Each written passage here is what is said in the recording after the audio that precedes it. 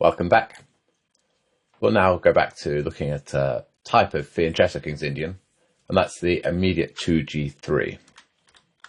Now, I've tried this move order myself a few times in Rapid and Blitz games. The idea is to meet g6 with bishop g2, bishop g7, and then e4, playing some sort of weird Fianchetto perk structure rather than a true King's Indian. White will continue with moves like knight e2 and h3 and bishop e3, etc. While I think this position is completely fine for black, the whole strategy changes a bit without a pawn on c4. And so I think it's better for us to bypass this option. Of course, playing d5 here is super solid. You're likely to transpose to a Fianchetto Grunfeld.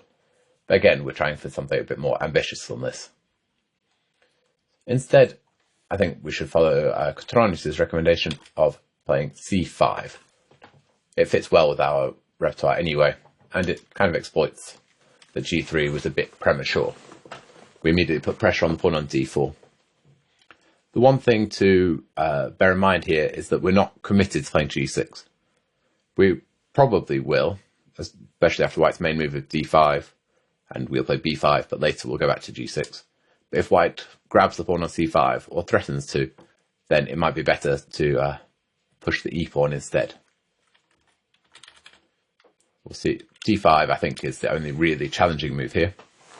Knight f3 is played surprisingly often, but it doesn't make a lot of sense. We can just occupy the centre, we'll play e5 and hit the knight.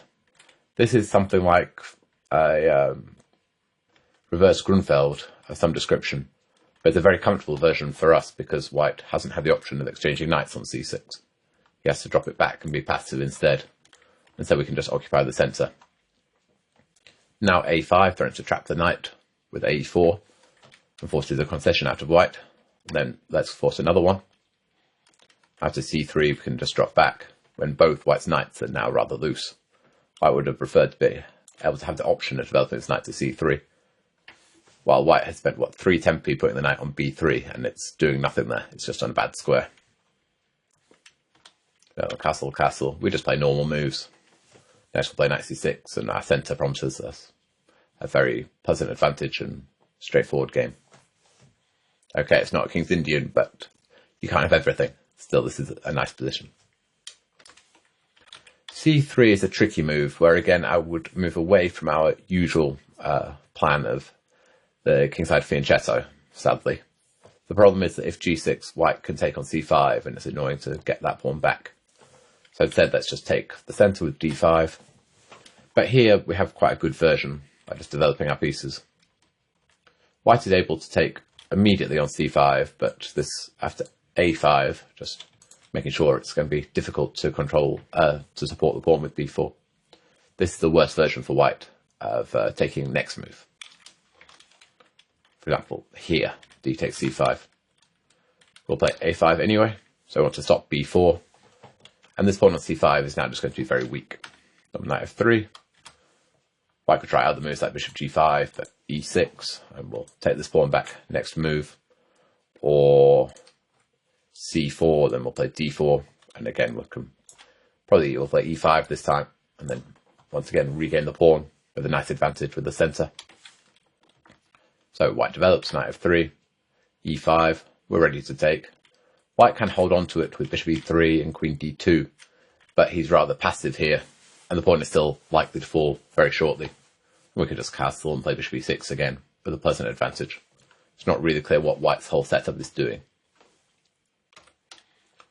So knight f3, but now we can play very classically with the exchange of bishop f5, castle and e6.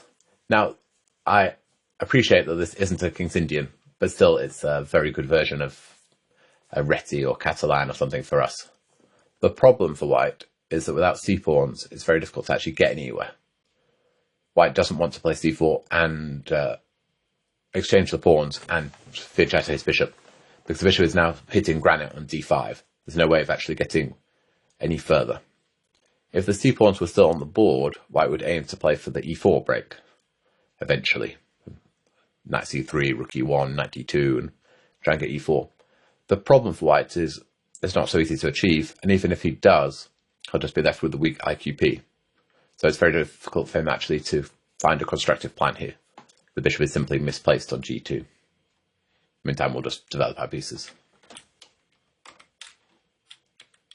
White could try capturing immediately again, but as we're not committed to g6, we'll just play e6 and regain the pawn.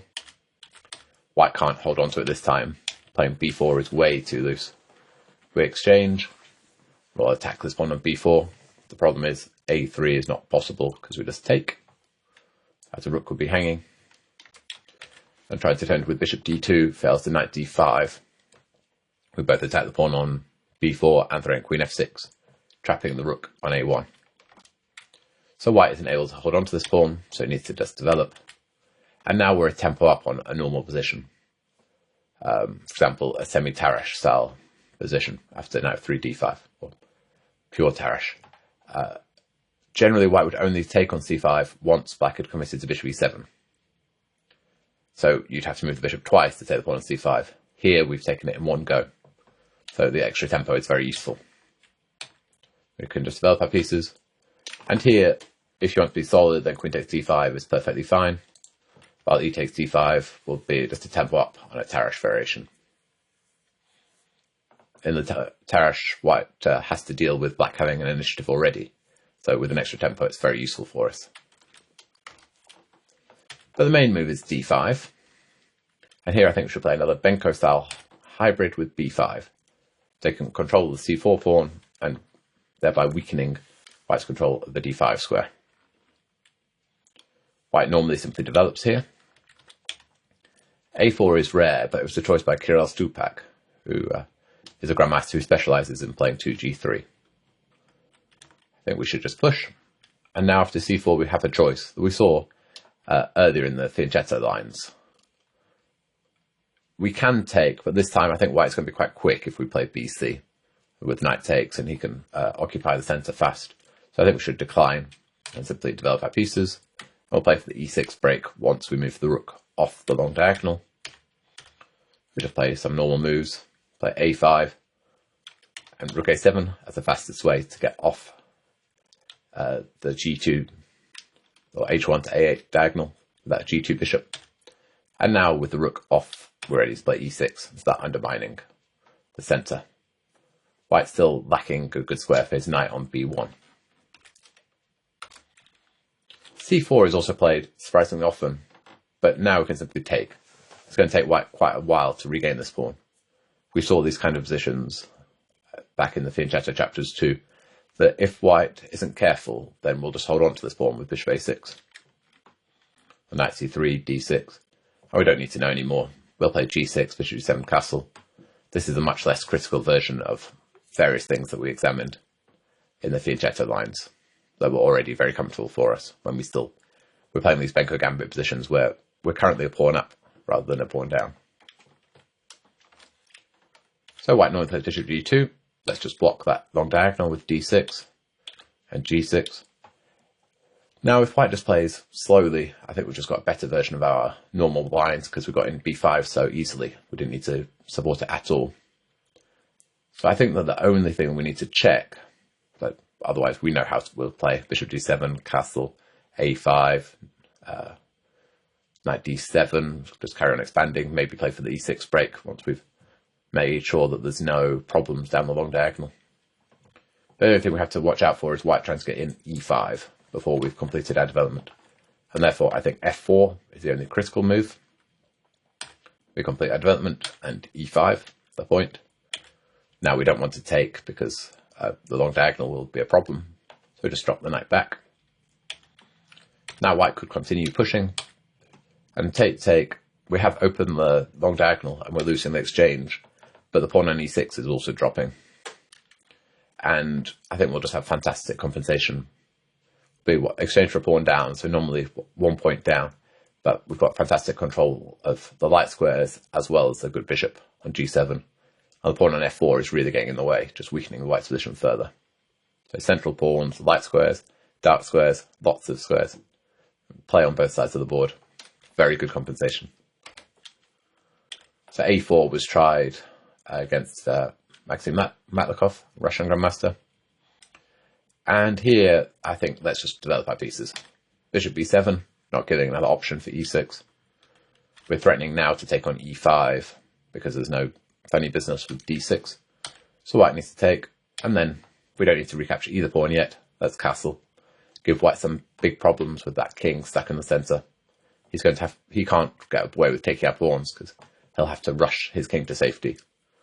But after this exchange on d6, he's just left with a very bad pawn on f4. There's no logic to white setup at all anymore, whereas those pieces are nicely coordinated. This d4 knight 6 g3 is an interesting line, but I think this is a very good antidote to c5. Let's not allow white his preferred positions with bishop g2 and e4. Instead, we'll attack the pawn on d4 immediately with c5 and force white to commit to a structure. Just remember that we're not obliged to move our g-pawn after c5 if white tries, for example, dc5 or c3. If d5, we'll play b5 and we'll get our typical Benko style position where we control a lot of squares immediately and can put pressure on this pawn on d5 long term. And we're very likely just to reach a normal thematic kind of position from the Fianchetto chapters that we examined, but we're a few tempi up because we got in b5 so easily. In the next video, we'll just finish off our coverage of the Fianchetto. For now, thanks a lot for watching. I'll see you soon. Bye.